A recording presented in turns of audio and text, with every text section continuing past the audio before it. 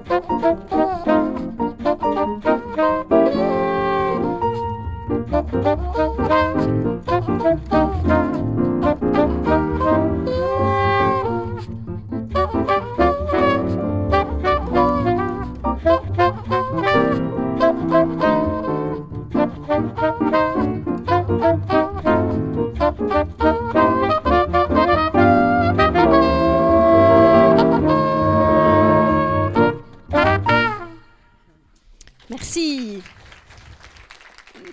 Alors je crois qu'on peut applaudir Tony au piano. Simon à la contrebasse, Quentin à la trompette et Julien, quel instrument?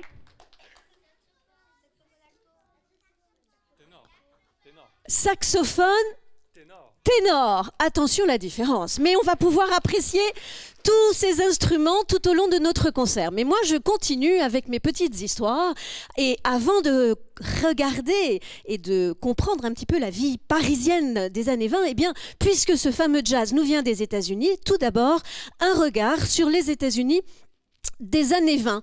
C'est un pays qui vit une situation sociale pas très facile.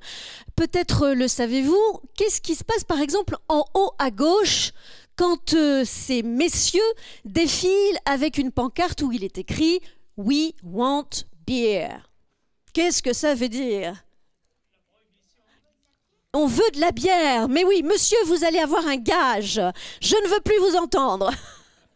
Oui, on veut de la bière. Effectivement, ils veulent de la bière. Pourquoi? Parce que les États-Unis vivent une période qu'on appelle celle de la prohibition. Les Américains n'ont pas le droit de boire de l'alcool dans les lieux publics. Donc autant dire que c'est quand même un peu difficile. Donc c'est la période de la prohibition et puis autant dire que si vous êtes pris en train de boire un peu de whisky ou de la bière, ça se passe pas très bien. En haut à droite, on a la manifestation de ces hommes en blanc. Est-ce que certains d'entre vous ont déjà entendu parler, peut-être à l'école, au collège, de ces individus aux chapeaux pointus, aux combinaisons blanches? Jamais?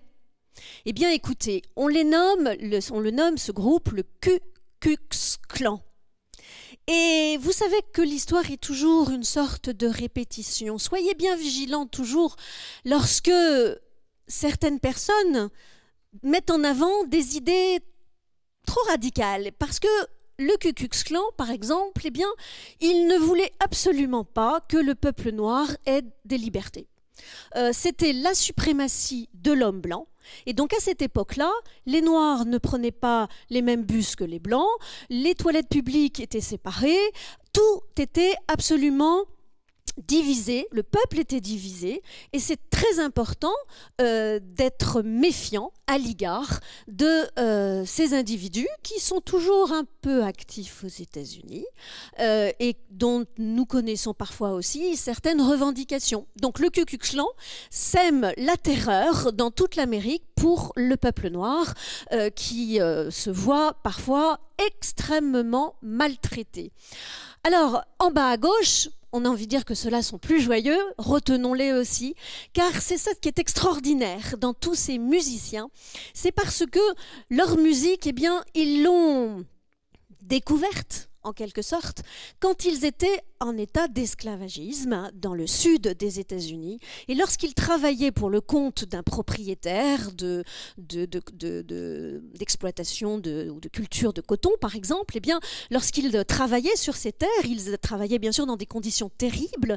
Et ce qui les rapprochait, ce qui leur permettait d'être entre eux, eh bien, c'était le chant. Et ils s'envoyaient des phrases, des lignes, des mélodies, et ils se répondaient parce qu'ils n'avaient pas le droit de se parler. Et c'était une façon de communiquer. Dans les églises, ils chantaient, ils dansaient aussi, en frappant des mains. Donc leur musique, c'est l'expression de leur liberté. Et ça, c'est nous qui devons le retenir parce que c'est aussi ce que vont bien comprendre les hommes blancs lorsqu'ils vont découvrir le jazz. Alors bien sûr, un quartier bien connu de New York où les clubs de jazz se sont ouverts. Avez-vous une idée de ce quartier new-yorkais ? Si je vous parle de Harlem, avez-vous déjà entendu ce nom? Alors peut-être, un jour d'un voyage aux États-Unis, à New York, alors bien sûr, tout a changé, mais c'est là que sont tous les clubs, se sont installés tous les clubs de jazz, oui, à Manhattan, à New York, et ce sera néanmoins sur une courte durée, puisque justement cette fameuse crise, ce krach boursier de 1929 va faire que ces clubs vont fermer et vont devenir plutôt des lieux de débauche, de règlement de compte. Donc malheureusement, courte période, mais néanmoins très riche. Mais nous continuons en musique.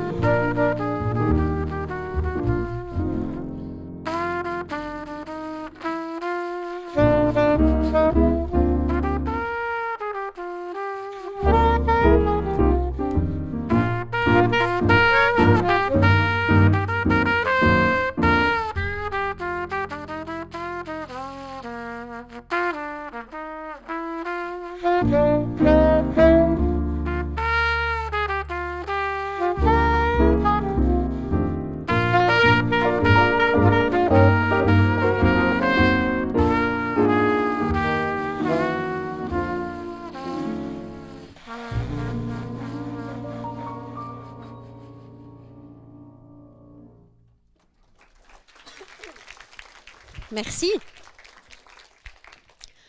Alors, en France, après la guerre, vous le savez, on ne veut plus jamais ça, et commence une période de liberté. Vous avez peut-être connaissance aussi que les femmes, pendant la Première Guerre mondiale, se sont vraiment illustrées par leur courage, puisque les hommes partis, eh bien, elles ont repris, elles, les exploitations, les commerces. Il fallait qu'elles continuent de faire fonctionner l'industrie ou les magasins ou l'agriculture. Donc, toutes ont pris une certaine dimension, liberté que les hommes ne soupçonnaient sans doute pas. Et puis, certaines d'entre elles ont poussé plus loin la liberté. Elles l'ont poussé bien sûr dans la liberté de la parole, la liberté sexuelle, de choisir quel genre de vie amoureuse elles avaient envie de vivre. Et là, par exemple, on peut tout de suite regarder la photo de gauche que vous avez sans doute vue. Parfois, les pharmacies utilisent cette photo parce que son dos peut-être incite à des usages de crème ou autre. Mais toujours est-il que Kiki de Montparnasse, jeune femme très délurée, qui fut un temps la compagne du photographe Man Ray, avait un caractère épouvantable. Et donc, quand Man Ray recevait chez lui des artistes avec lesquels il travaillait, il envoyait Kiki de Montparnasse à l'étage en lui disant « Tu sors pas de la chambre, tu attends que j'ai terminé ». Et un jour, elle lui répond « Mais je ne suis pas ton violon d'Ingres ». Peut-être ne connaissez-vous pas cette expression qui veut dire un violon d'Ingres, c'est une passion, c'est quelque chose qu'on aime bien faire à côté, qui nous divertit. Et elle lui répond donc « Je ne suis pas ton violon d'Ingres ». Et là, il lui dit « Écoute, déshabille-toi ». Il lui met un turban sur la tête et de dos, voilà, il lui dessine les deux ouïes que vous retrouvez sur la contrebasse de Simon, n'est-ce pas? Et il la photographie de dos. Et il lui dit « Si, tu es mon violon d'Ingres ». Et vous le savez, la photo fera le tour du monde. Donc autant dire qu'on a là une certaine liberté de toutes parts, de l'idée jusqu'au résultat. À droite, peut-être reconnaissez-vous cette femme si élégante qui est aussi emblématique des années folles à Paris. Cette femme élégante qui a mis à la mode les colliers de perles, mais surtout la fin de ce que l'on appelait les corsets. Alors évidemment, ça vous semble, on est autant des rhinocéros, mais les femmes avaient pour obligation, quasiment, peut-on dire, de s'habiller avec tout un tas d'appareils presque pour se maintenir la taille, avoir une taille très svelte, un port de tête très altier.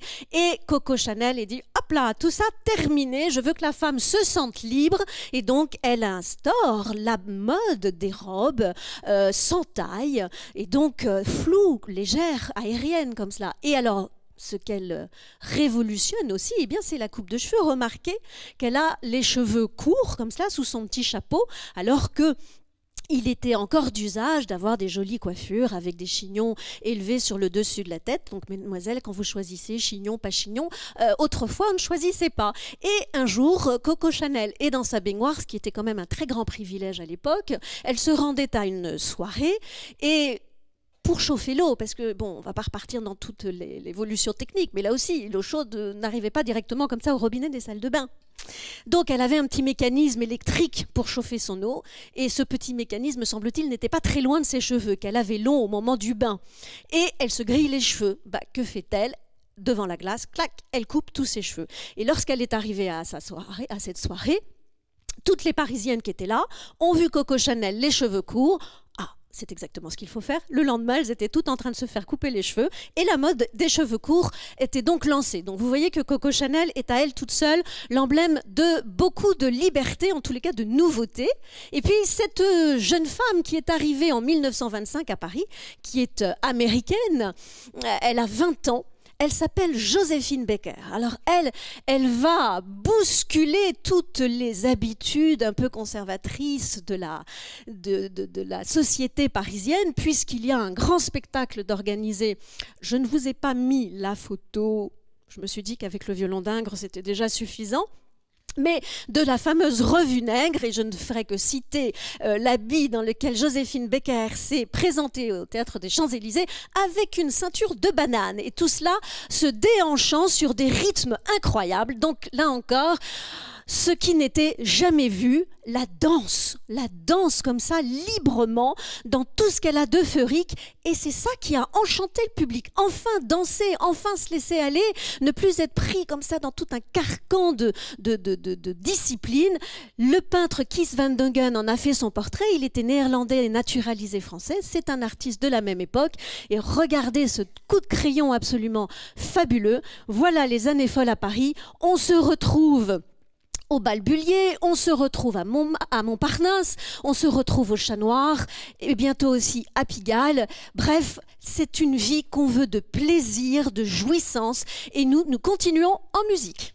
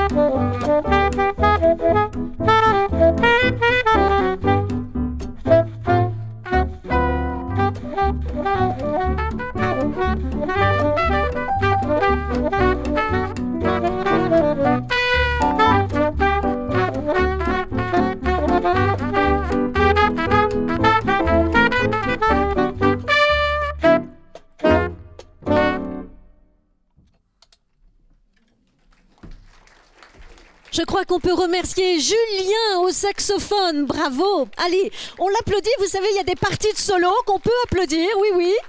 Quentin à la trompette. On applaudit très fort Quentin. Simon à la contrebasse. Et Tony au piano.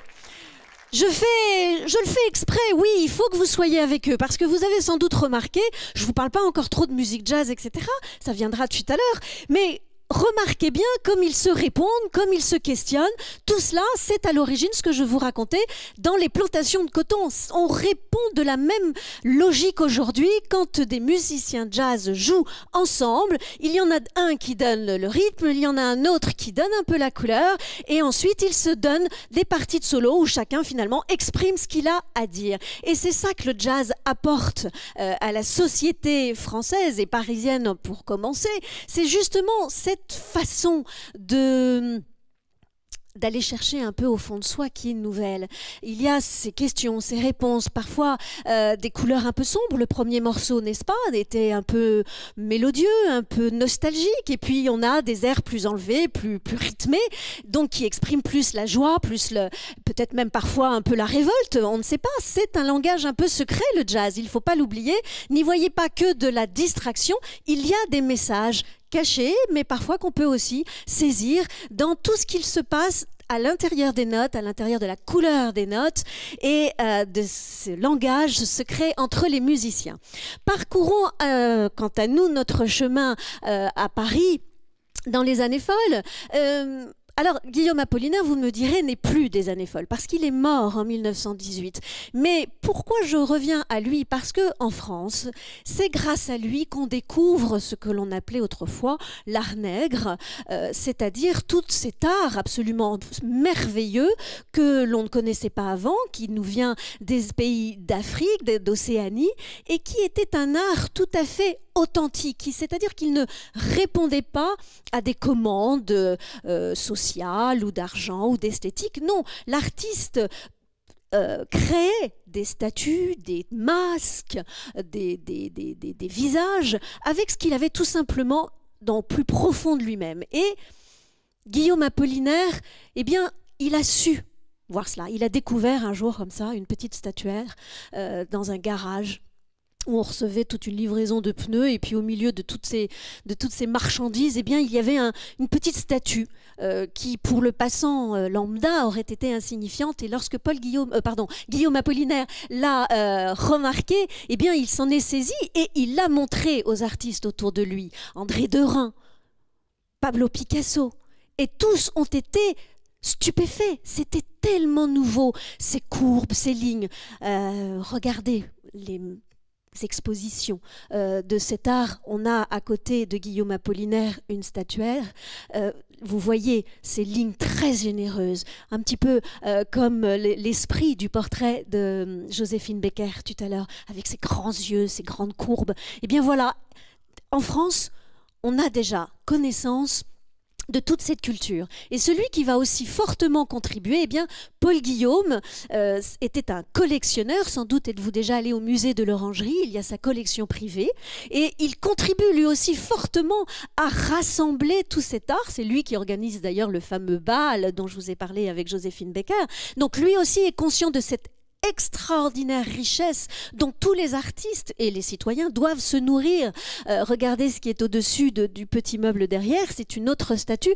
Donc vous voyez qu'en France, on était déjà réceptif. Il y avait déjà une barrière qui n'existait pas. Et pour revenir à cette liberté des années folles, contrairement aux États-Unis, et c'est ce qui expliquera que des auteurs comme Hemingway ou comme Fitzgerald se soient rendus en France, eh bien parce qu'il y a des barrières qui n'existent pas. Typiquement, celle de la distinction de couleur. En France, il n'y a pas de ségrégation raciale. En France, on ne condamne pas les homosexuels. Alors c'est vrai, lorsqu'on pense par exemple à Cocteau, Jean Cocteau, il n'était pas très très bien vu de ses amis surréalistes parce qu'il était homosexuel. Mais il n'empêche, Cocteau a eu une très grande carrière et cela n'a pas gêné. Donc tout cela était la grande force de la France qui a attiré les artistes américains. Alors, parallèlement au jazz, je fais aussi une petite ouverture. Je ne sais pas si dans la salle, il y a quelques élèves de terminale qui présenteraient l'option musique, mais parfois, cela peut arriver. Et dans l'option musique, eh bien, on parle justement d'une certaine femme qui faisait partie de la génération des musiciens français, parce qu'à côté du jazz, il y avait aussi de la musique française, et c'est là où c'est intéressant, c'est de voir justement comment, une culture à l'autre, eh bien, on se nourrit, on s'inspire, on discute, on échange pour faire autre chose, encore plus beau, encore plus riche, et c'est ça qui est extraordinaire. Alors, on les appelait le groupe des six, et cette femme à gauche, eh bien, c'est Germaine Taillefer. Alors, je mets un tout petit peu le phare sur elle, puisque cette fameuse option présente un mini-opéra écrit par elle. Mais sinon, dans le groupe des six, eh bien, il y a Darius Milhaud, il y a Georges Auric, il y a Arthur Honegger, il y a Louis Duret. Et le dernier, s'il y a dans la salle, à chaque fois, il y en a un qui m'échappe. On a compté? Vous avez compté avec moi? On a fait 5. Alors, je reprends. Non, Satie n'était pas dedans. Alors, Louis Duret. Allez, on compte. Louis Duret, Germaine Taillefer, Darius Milhaud, Georges Auric, Arthur Honegger. Je l'ai dit, Louis Duret? C'était Honegger qui manquait? Bon, eh bien, écoutez, vous irez sur Internet et vous chercherez le groupe des 6. Il doit en manquer un, mais les voilà. Et c'était surtout Germaine Taillefer que je voulais mettre en lumière. Ces deux personnages ont aussi évidemment une très grande présence dans le monde musical français à la même époque. Et celui qui a déjà une allure un peu... vieillotte malgré tout, eh bien c'est Erik Satie, mort en 1925. Donc vous voyez, c'était vraiment au milieu de ces années folles. Erik Satie, eh bien, est bien plus moderne que tous ceux qui sont là. Parce que déjà en 1914, il écrit une musique très étonnante, avec des textes qui ne veulent rien dire. Et là, je touche au surréaliste ou le mouvement Dada, pour ceux qui sont allés au musée de l'Orangerie récemment. Erik Satie, déjà avant la guerre, écrit une musique où il y a une distribution des rythmes, une couleur étonnante, des textes qui apparaissent de manière incongrue. Il est l'auteur, bien sûr, de la musique de parade. On ne va pas aller trop loin. Et puis, Maurice Ravel. Maurice Ravel, lui aussi, il nous intéresse parce que lorsqu'il se rend aux États-Unis en 1928, eh bien, il va à Harlem et il écoute la musique. Et tous ces rythmes influencent sa musique, entre autres, par exemple, la sonate pour violon, son deuxième mouvement, il l'appelle blues. Et vous, si vous l'entendez, vous vous direz « Ah mais oui, c'est complètement ça !» Voilà de quelle manière les uns et les autres se nourrissent pendant les années folles.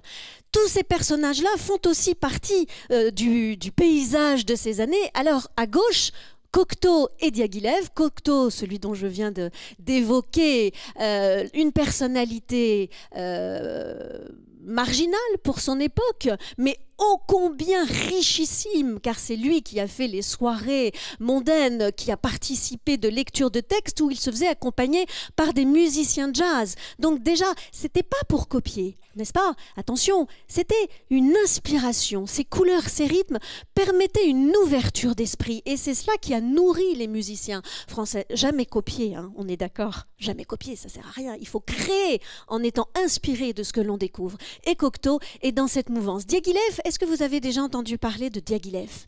Les ballets russes. C'est lui le grand commanditaire des ballets russes, ces fameux ballets qui ont absolument galvanisé le public, à commencer par évidemment le Sacre du Printemps en 1913. Et il fait travailler tous les artistes, que ce soit pour la musique, les décors, les costumes, etc. C'est un homme qu'on ne peut pas oublier dans la vie artistique française de ces années. Et puis, en haut à droite, alors ils sont jeunes, ben oui, parce que c'est ces années-là.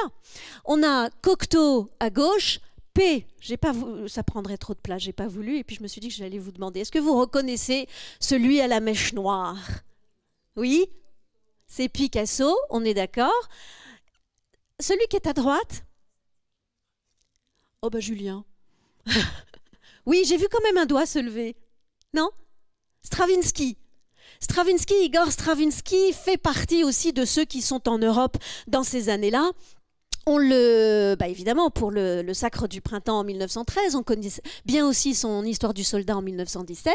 Et puis, la femme, alors tout d'un coup j'ai un trou pour son prénom, c'est une Russe de Picasso, qui est une danseuse justement des ballets russes. Donc il pose ici, dans ces fameuses années. Et puis on voit en bas Cocteau, accompagné, enfin entouré, devrais-je dire, du groupe des 6. Donc voilà tous ceux qui sont là en même temps et qui profitent amplement de ces atmosphères jazz. J'ai pas pu m'en empêcher parce que tout d'un coup je me suis dit mais finalement qui gouvernait la France dans ces années-là? Parce qu'il faut pas qu'ils croient tous qu'on va jamais les oublier.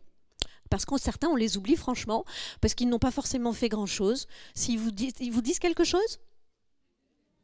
Gaston Doumergue un peu plus. Toujours est-il qu'ils ont conduit les années folles jusqu'à l'éclatement de cette fameuse crise qui a quand même fait effondrer toutes ces énergies qui étaient absolument fulgurantes. Mais nous restons dans l'énergie de la musique. À vous.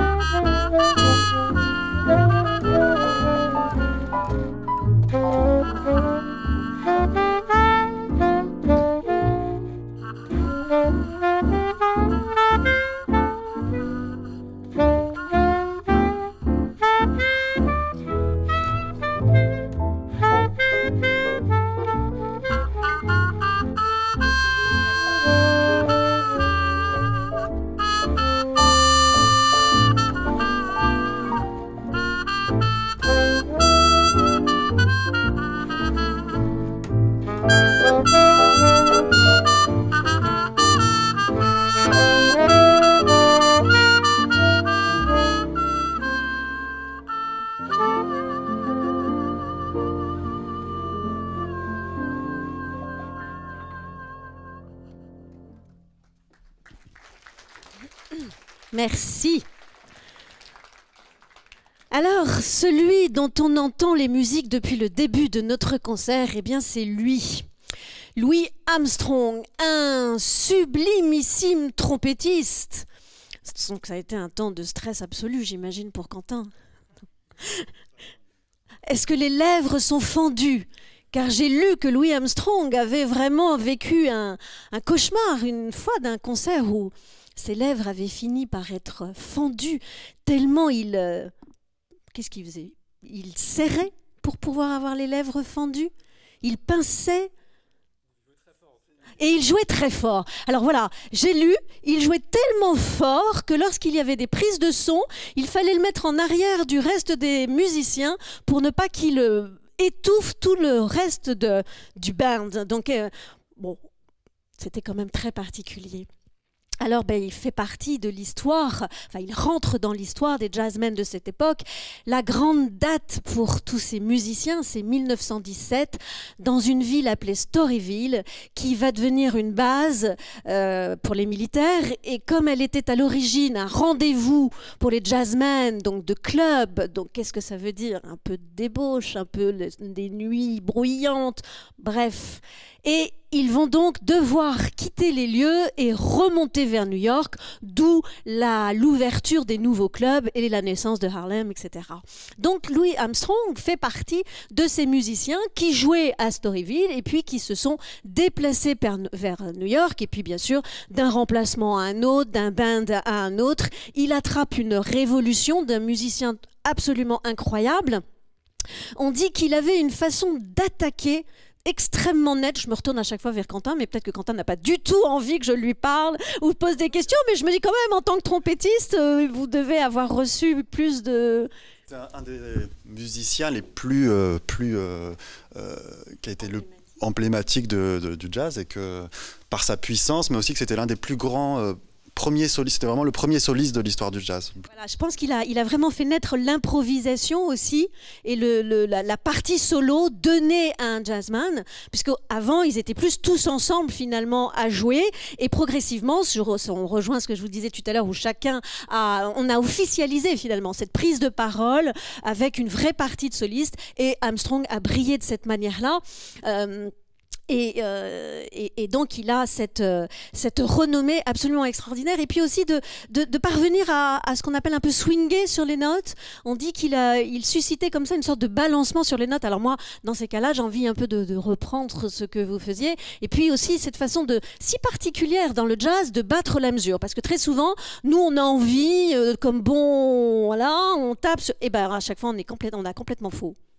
Ouais, y a une façon de ressentir un peu, parce que c'est pas facile à expliquer ce concept de swing un peu qu'ont apporté les musiciens de jazz, mais une façon de commencer à le ressentir, c'est de taper des mains. Mais nous on joue beaucoup de morceaux à 4 temps, et donc de taper des mains sur les 2e et 4e temps. Donc du coup ça donnerait quelque chose comme ça.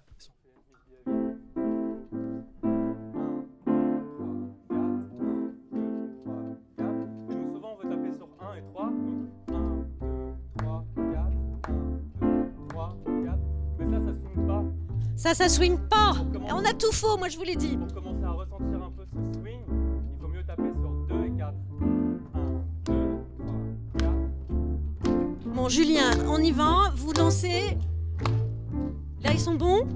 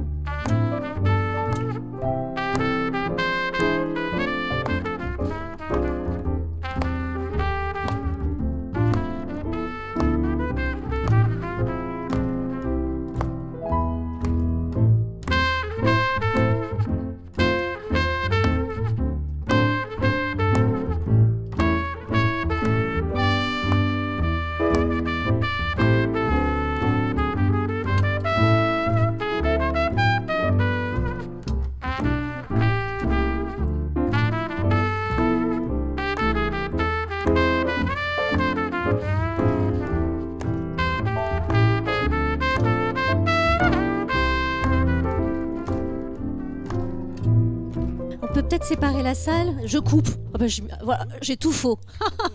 Non, parce que je me dis qu'ils y arrivent un peu trop bien, alors j'aimerais bien compliquer un peu les choses. Est-ce qu'on peut pas, par exemple, séparer la salle? Il y en a qui lancent le premier temps et les autres le troisième, par exemple? Il y en a qui peuvent faire le deuxième et d'autres le quatrième. Ah bah voilà, deuxième et quatrième. On va un peu corser parce que finalement tout ça est bien trop facile. Et je vous coupe plus ou... J'ai court-circuité.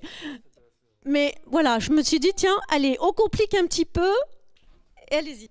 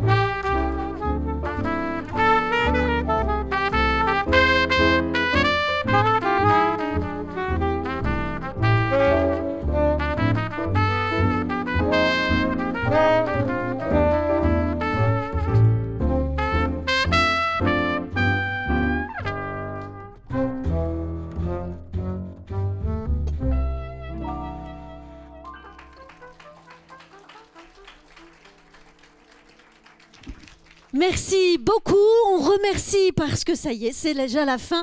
Peut-être qu'on peut... Ah ben voilà. Vous êtes d'accord? Ah oui, alors encore un peu.